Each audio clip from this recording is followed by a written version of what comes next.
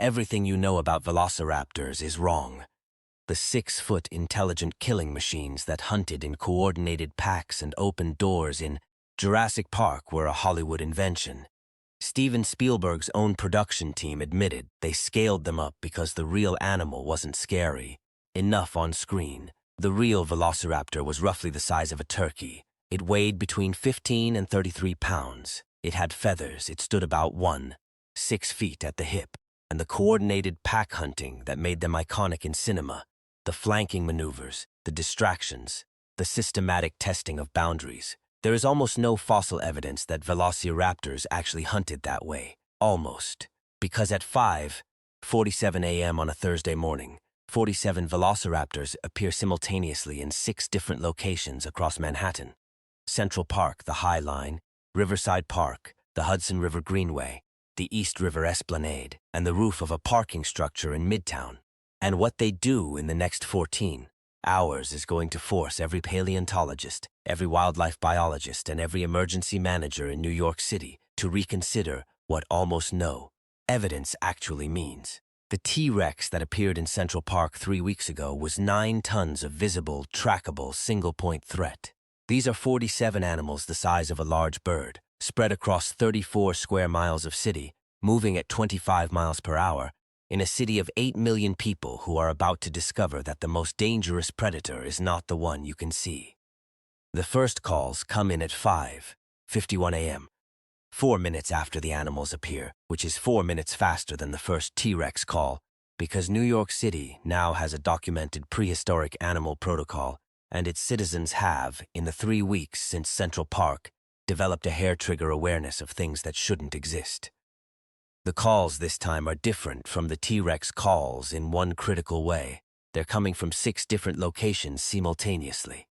A jogger on the Central Park Reservoir Loop, a sanitation worker on the High Line, a delivery driver on the Hudson River Greenway, 2 separate callers from the East River Esplanade, and a parking garage attendant in Midtown who sounds on the 911 recording later released to the public, less frightened than academically offended. There are dinosaurs on my roof, and they're looking at the street below, and I'm going to need someone to explain to me what is happening. The NEPD's Prehistoric Animal Response Unit, a 6-person team that did not exist 4 weeks ago and was assembled specifically in the aftermath of the T-Rex incident with the working assumption that if it happened once, it would happen again, receives the multi-location alert at 5:53 a.m. and makes the call to the OEM director 90 seconds later. The director, reached at home, asks one question. How many? The answer. At least 47 confirmed sightings across 6 locations, sir. The director says, how big? The answer, turkey-sized. There is a long pause.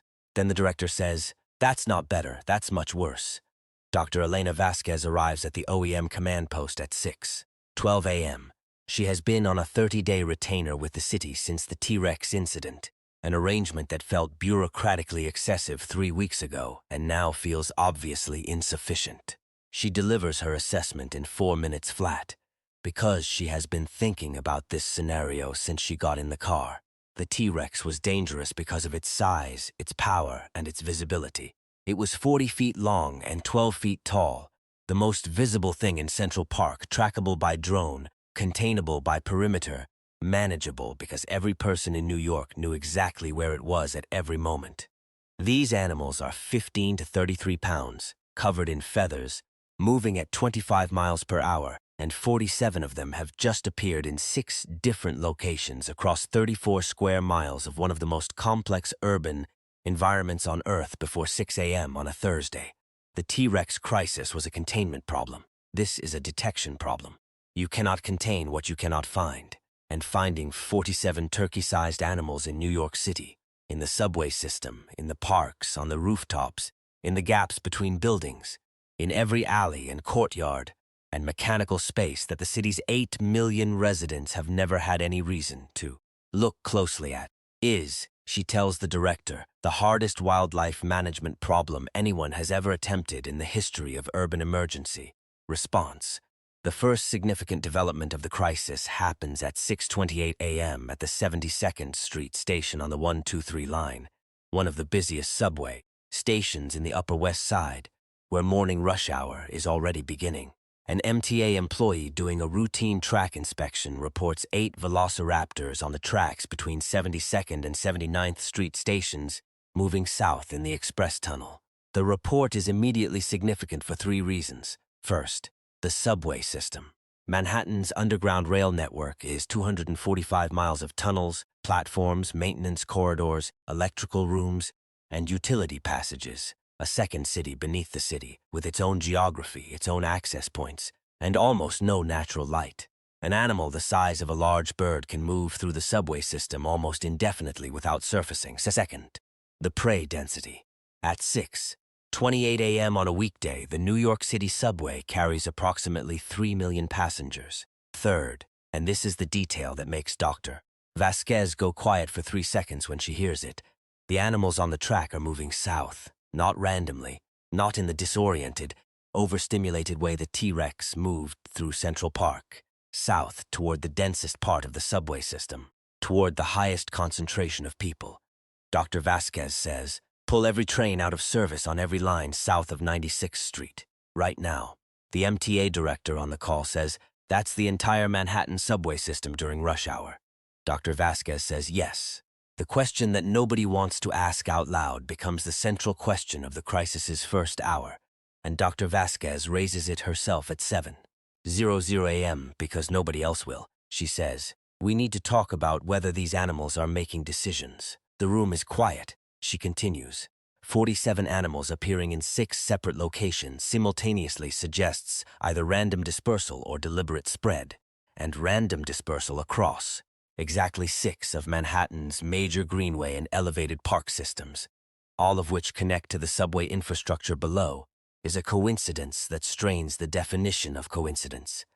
The 8 animals in the subway moving south toward higher population density is either instinct following prey smell or something closer to navigation. She is careful. She says she is not claiming they're intelligent in any human sense, because the fossil record doesn't support that. And the real Velociraptor's brain, while large for a dinosaur, was not large in any absolute sense. But she says bird intelligence is real. Modern raptors, hawks, eagles, crows, solve problems, adapt to urban environments, learn from observation. These animals are more closely related to modern birds than to the T-Rex we saw 3 weeks ago. And some birds are very, very good at cities. The NIMIP's incident commander says, are you telling me these things might figure out New York? Dr. Vasquez says, I'm telling you New York figured out the T-Rex before the T-Rex figured out New York. I'm not sure the same is true here. The shelter-in-place order goes out for all of Manhattan at 7:15 a.m., the same alert system used 3 weeks ago, which produced the most orderly mass behavioral response in New York City history. This time it produces something different. The T-Rex shelter-in-place worked because the threat was visible, locatable, and containable in a defined space. People could see, on every news feed and social media stream, exactly where the animal was, and stay away from Central Park is an instruction New Yorkers can follow.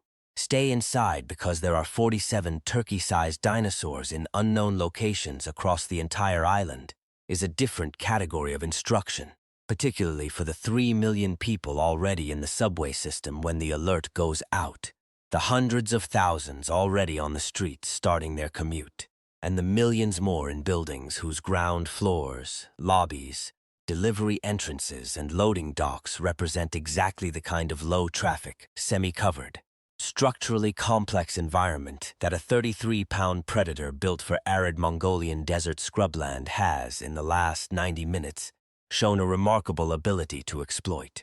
By 7:30 a.m., the shelter-in-place order is in effect, and the city is, in the broadest sense, complying. But compliance means 8 million people are now inside 8 million buildings, and 47 animals that have been in those buildings since before the order went out are already inside the perimeter. The first documented direct encounter between a Velociraptor and a New York City resident happens at 8:03 a.m. in the lobby of a residential building on West 73rd Street, 2 blocks from Central Park. A 34-year-old woman named Sarah Kim, who works a night shift and is returning home, opens the lobby door to find one Velociraptor. Feathered, approximately the size of a large turkey, standing on the lobby's marble floor next to the mail station, looking directly at her. What happens next is documented by the building's lobby security camera and becomes the most watched footage of the entire crisis. Sarah Kim looks at the animal for approximately 4 seconds. The animal looks back at her, its head tilted in the characteristic avian way of a bird assessing something new. Then Sarah Kim, who has lived through the T-Rex crisis 3 weeks ago and the Megalodon crisis 2 weeks before that, does something that Dr. Vasquez later describes as the single most scientifically correct spontaneous human response to a Velociraptor encounter ever recorded. She doesn't scream. She doesn't run. She steps back slowly, keeping her eyes on the animal, pushes the lobby door back open with one hand, and says in a calm, flat voice to no one in particular, "I'm going to need a few minutes." She steps back outside. The animal watches the door close. It does not pursue. Sarah Kim, outside on the sidewalk, takes out her phone and calls 911. The dispatcher, following the new prehistoric animal protocol, asks, "Is the animal currently pursuing you?" Sarah Kim says, "No, it's in my lobby." The dispatcher says, "Can you estimate its size?" Sarah Kim says, "It looks exactly like what I always imagined a velociraptor would look like, except it has feathers and it's about the size of my dog." The dispatcher says, "Ma'am, that is extremely helpful, thank you." By 9 a.m., 3 hours into the crisis, the NYPD's Prehistoric Animal Response Unit has confirmed sightings of 31 of the 47 animals. The remaining 16 have not been relocated since their initial appearance, which means they are either stationary in locations without surveillance coverage or moving through the subway and utility systems beneath the city. The confirmed 31 animals' movements, plotted on the command post's map, produce the pattern that changes the entire crisis response. They are not random.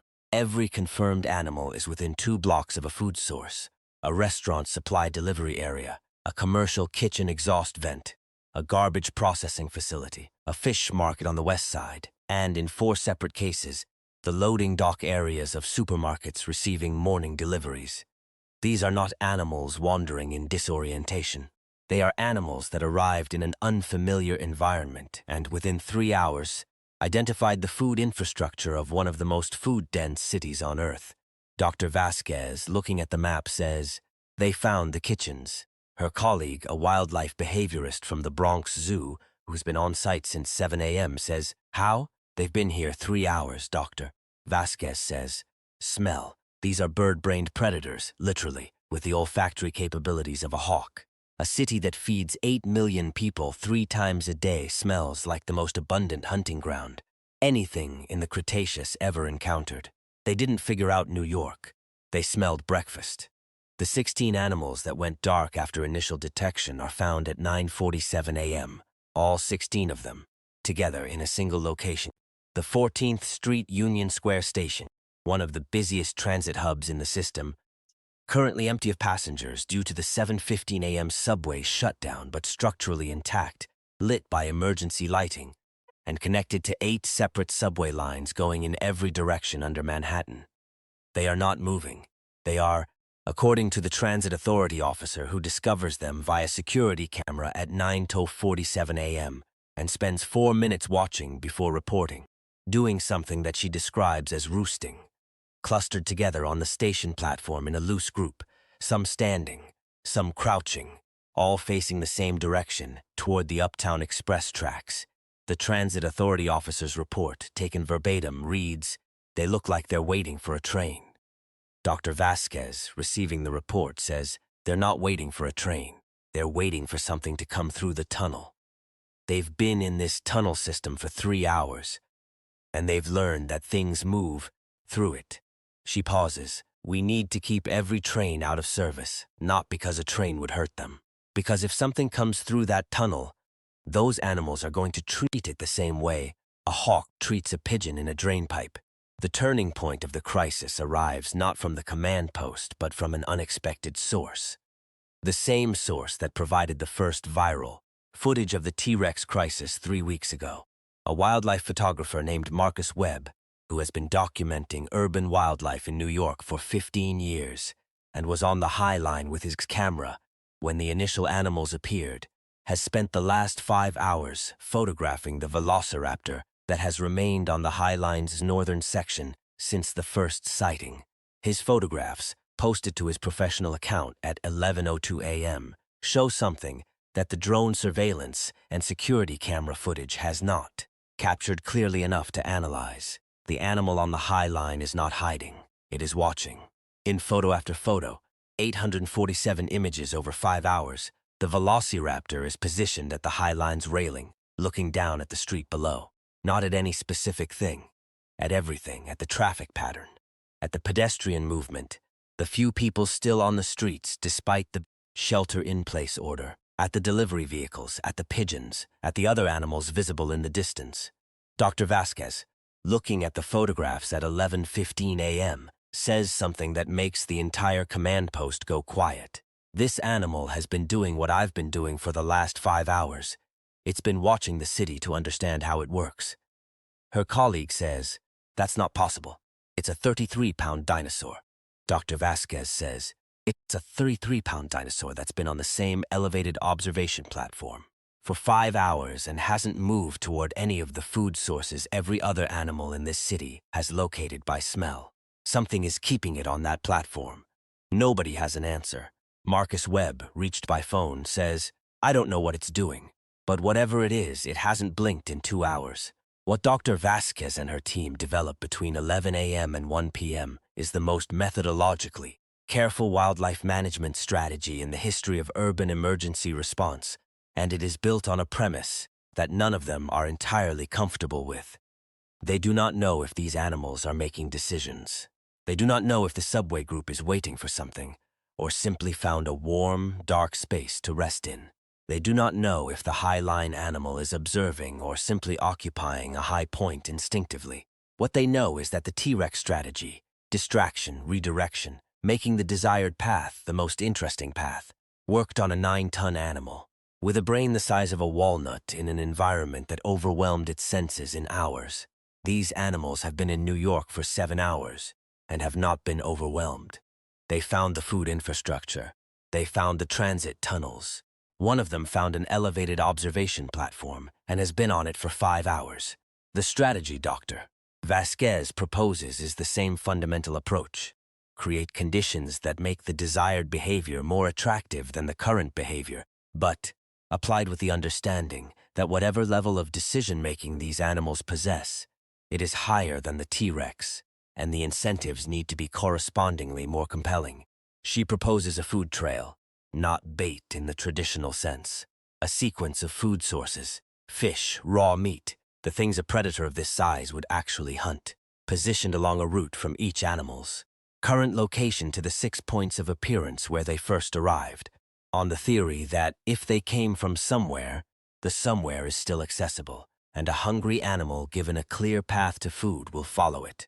The food trail operation involves the New York City Department of Parks and Recreation, the NYP, the MTA, 3 commercial fishing suppliers from the Fulton Fish Market, and a Bronx Zoo animal behavior team, assembled and operational within 90 minutes of Dr. Vasquez's proposal, which is either a testament to the city's organizational capacity or to what 3 weeks of prehistoric animal crisis management does to interagency response times. The trail works. Not immediately, not cleanly, not for all 47 animals simultaneously, but by 3:30 p.m., 38 of the 47 confirmed animals are moving, following the food sources, in the general direction of their original appearance locations.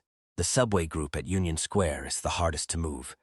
They have been in the station for 6 hours and have, in the estimation of the Transit Authority's animal behavior consultant, begun to treat it as a roost site in the way pigeons treat a subway station, which is to say with a possessiveness that makes redirection significantly more complicated than it was for any of the surface animals.